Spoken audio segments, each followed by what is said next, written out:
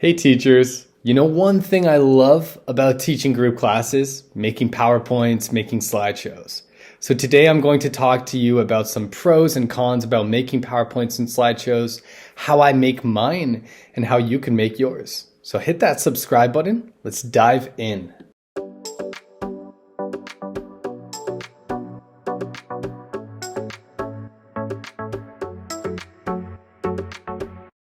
So if you're new here, my name is Ryan. I've been an English teacher for 5 years. I also help teachers teach languages online. I give them tips.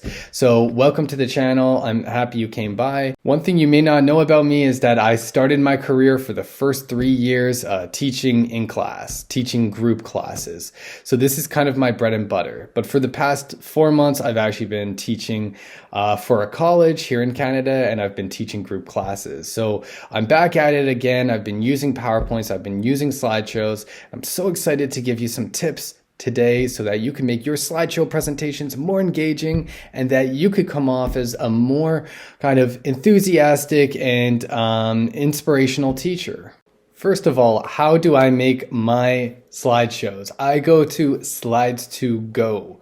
Slides2Go is my home for slideshows. Honestly, they have so many like free slideshows, but I really think that I'm going to end up subscribing because the templates are just so pretty. They are just absolutely beautiful. And I'll talk a little bit about this in a moment, but it's really important for me to have that variety and to have the different kind of templates for my slideshows. So if you like having that kind of variety, head on over to Slides2Go. I'll put a link in the description below, and you won't be sorry. So why am I making slideshows? Well, I began teaching at a college just a few months ago in January. I have a video about transitioning as a teacher to get a new job. I give some employment tips in this video. I also talk about what it's like to go from working on italki to going back in the group setting, working for an institution, not working for yourself anymore. So if you haven't seen that video, definitely check it out. And I hope it helps a lot of you because I know that a lot of us are not on italki or on pre-ply or on verbling or whatever forever, right? Like for a lot of us, teaching online, being self-employed, it is just a kind of temporary thing. So I hope that this video is helpful to you. Anyway, having a PowerPoint presentation or a slideshow presentation is really useful for group classes, for online classes. First of all, the first pro is that it's multimodal, right? So you have different modalities. You have pictures, you have text. For me, I always use GIFs. I always use memes. Even teaching at a college level, I find that this is a great way to kind of set the tone with my class so they know what kind of teacher I am, what my values are. They know what my interests are, and I know what their interests are. So having a slideshow or a PowerPoint presentation which features these different functions are really useful. But again, that definitely depends on your style as a teacher, because some teachers would come back to me and say, hey, it's more professional to just have it like kind of as simple and minimalist as possible, which I completely understand as well, right? So it's kind of, preaching to the choir, knowing your audience a little bit, right? And knowing what you're teaching and what your students are looking for. So that's the first tip, multimodality. The second reason why it's a pro is because it helps you teach, right? It's an aid for teaching. So instead of me just sitting in front of you and speaking the whole time, you're able to actually see different images and see different videos, for example. So that's another reason why slideshows, PowerPoints are really, really useful.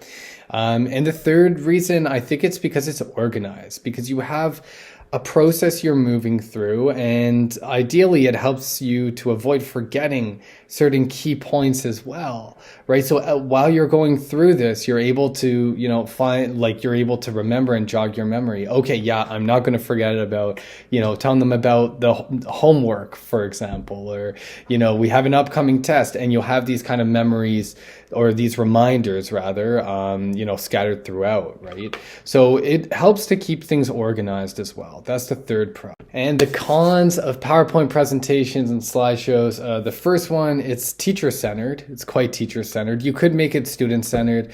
I do have tons of different activities which you could use with your students. As I mentioned before, I have my other YouTube channel where I teach English, and I actually record all of the free lessons that I do with my students.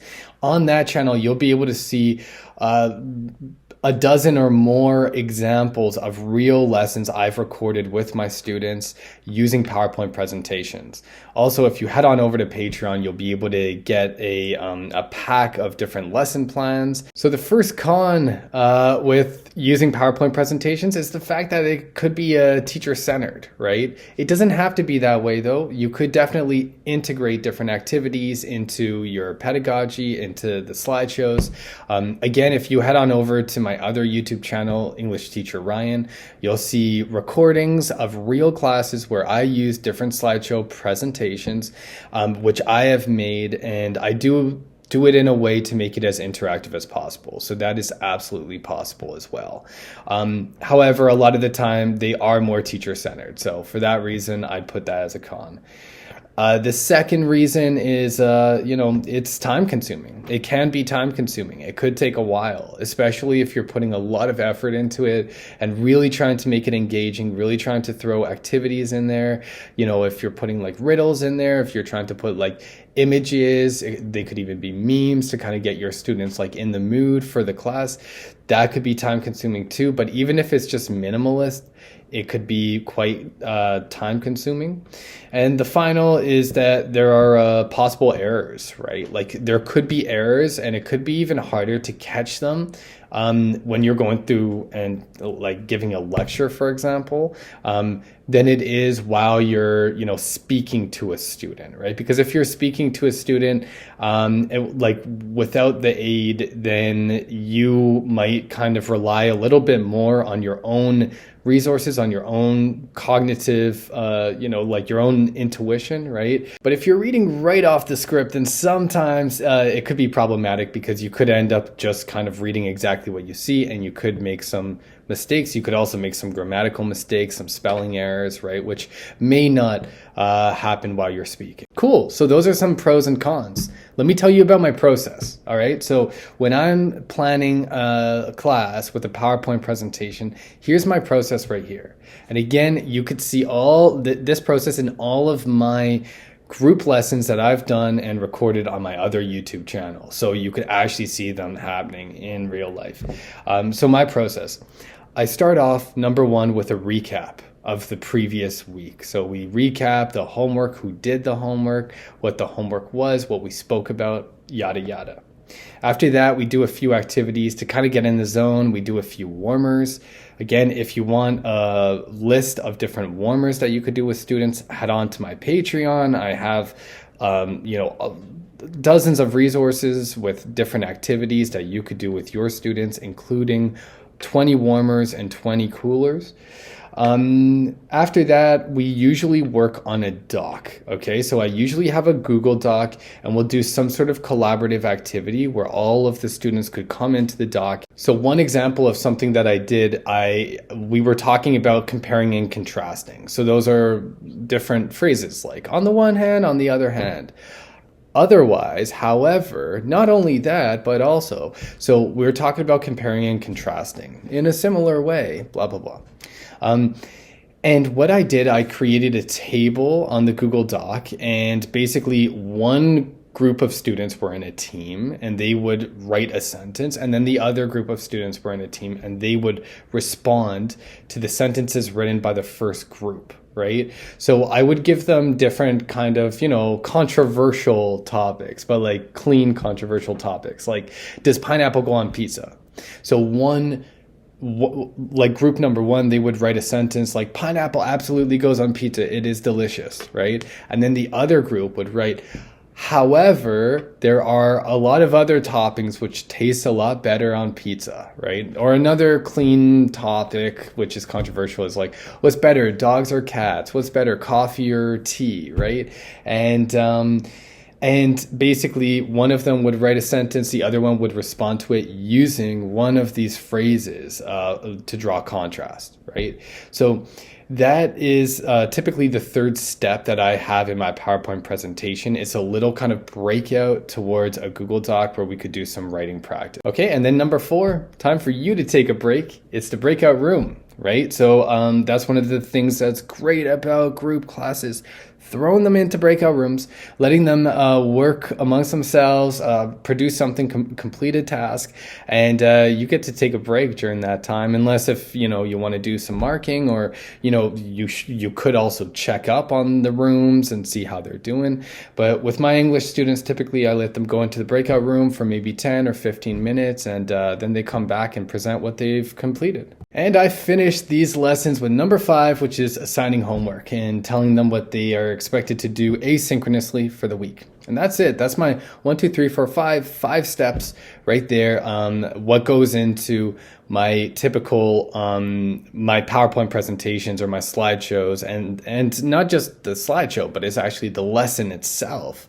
What goes into it. So one important thing to note is that I have 2 different kinds of classes. I give free group lessons every week. And that's what I spoke about today. Those are the PowerPoints or the slideshow presentations I spoke about today, the free lessons that I give to students. Then I also have group lessons for a job that I have where I work for a Canadian post-secondary institution, a college here in Toronto, and I teach 2 classes per week, right? So the needs of the students are different, right? So what I went through today, again, is what I have done with my italki students, but we do group lessons for free.